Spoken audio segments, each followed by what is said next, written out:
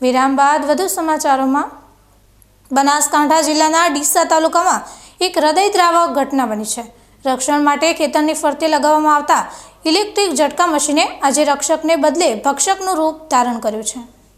ડીસાના તાલેગંજ ગામે ઝટકા મશીનનો કરંટ લાગતા બે સગા ભાઈઓના કરુણ મોત નીપજ્યા છે।